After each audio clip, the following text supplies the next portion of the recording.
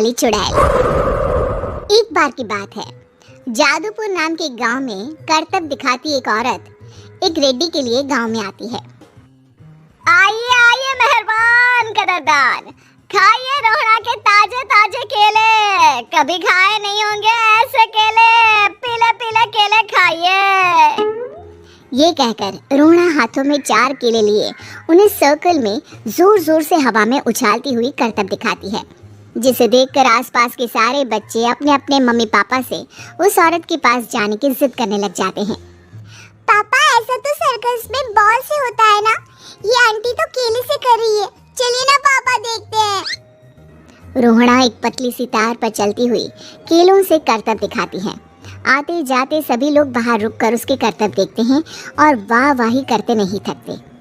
जैसे ही एक आदमी पास आकर उसे पैसे देने लग जाता है, तब वो कहती है, अरे नहीं नहीं साहब, मैं करतब तो बच्चों के मन को बहलाने के लिए करती हूँ, धंधा तो मेरा केले का है। पीछे देखो मेरी रिड्डी, जो भी मेरे केले खाएगा मेरी तरह चुस्त दुरुस्त और तंदुरुस्त हो जाएगा। पता चलता है क्या कि मेरी उम्र 55 की है। अरे पर ऐसे ठंड के मौसम में कोई केला क्यों खाएगा? ये ऐसे वैसे केला नहीं है साहब, ये शरीर में गर्मी देते हैं, ठंड को दूर भगाए, जो भी रोहिणा के केले खाए। पापा अगर मुझे केले नहीं मिले तो मैं घर नहीं जाऊंगी। तभी उसके पापा कहते हैं कि बेटा केले ठंड में कभी गर्मी नहीं देते, ये सब कहने की बातें हैं, सामान बेचने का तरीका है इनका। पर पिंकी नहीं मानती। मैं केले खाऊंगी। पिंकी की जिद के आगे नत्थू हार जाता है और उसे केले खरीद कर दे देता है। पिंकी खुश होकर केले घर ले आकर खाती है। अब मैं भी करतब करूंगी, कितना मजा आएगा, जादुई केले।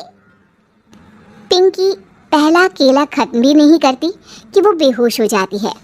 दूसरे केले से एक काला धुआं आता है और रोहड़ा चुड़ैल बनकर बाहर निकल आती है। मेरे भूतिया केले बच्चे न खाए, ऐसा हो ही नहीं सकता। जादूपुर वालों, कब तक बचोगे? आ गई हूँ मैं रोहड़ा, जिसका कोई नहीं कर सकता सामना। रोहड़ा पिंकी को गोद में उठाकर काले धुएं में कहीं गायब हो जाती है। शाम के वक्त नत्थू घर लौटता है और पिंकी को घर में ना पाकर उसकी माँ से कहता है, माँ पिंकी कहाँ है? अरे बेटा, उसे तो तू सुबह करतब दिखाने ले गया था ना, फिर कहाँ वापस आए तुम दोनों? मुझे लगा तू उसे अपने साथ मंडी ले गया होगा। हे भगवान, मेरी बच्ची कहाँ गई? मैं उसे घर ही तो छोड़कर गया था माँ। नत्थू गांव के घर कोने में अपनी बेटी को ढूंढता है, पर उसे वो कहीं नहीं मिलती। परेशान होकर आके रो रो कर नत्थू हिम्मत हार कर घर लौट आता है। अगली सुबह रोहड़ा फिर से करतब दिखाने आती है और इस बार पिंकी की तरह रोनी केले खरीद लेता है। 50 रुपए दिए थे पापा ने, सारे पैसों के मैंने केले खरीद लिए हैं। अब मैं भी आंटी की तरह ही करतबबाज बन जाऊंगा। यही सोचते हुए रोनी केले खाता है और पहला अकेला केला आधा खत्म भी नहीं करता कि चुड़ैल उसके सामने आ जाती है। मेरे साथ चलने का समय आ गया है रोनी। ये तो बस शुरुआत है, अब इस गांव के सारे बच्चे धीरे धीरे मेरे कब्जे में होंगे, एक बच्चा भी नहीं बचेगा। ये कहकर रोनी को गोद में लेकर काले धुएं में अदृश्य हो जाती है। इसके बाद हर रोज गांव में से कोई ना कोई बच्चा गायब होता, पर ऐसा क्यों हो रहा है किसी को भी समझ में नहीं आ पा रहा था।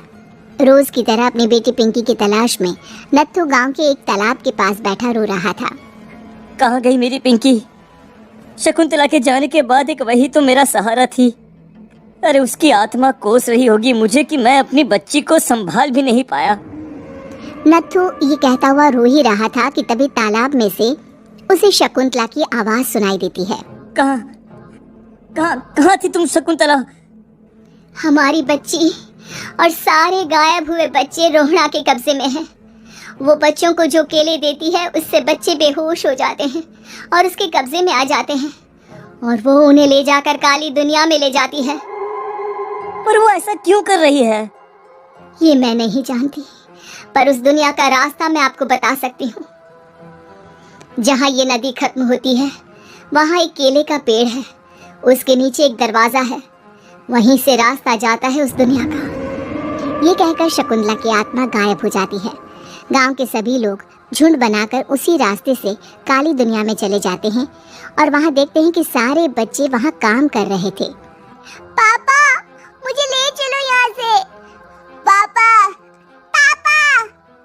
सभी बच्चे अपने मम्मी पापा से लिपट जाते हैं। तो तुम लोग यहाँ तक आ गए?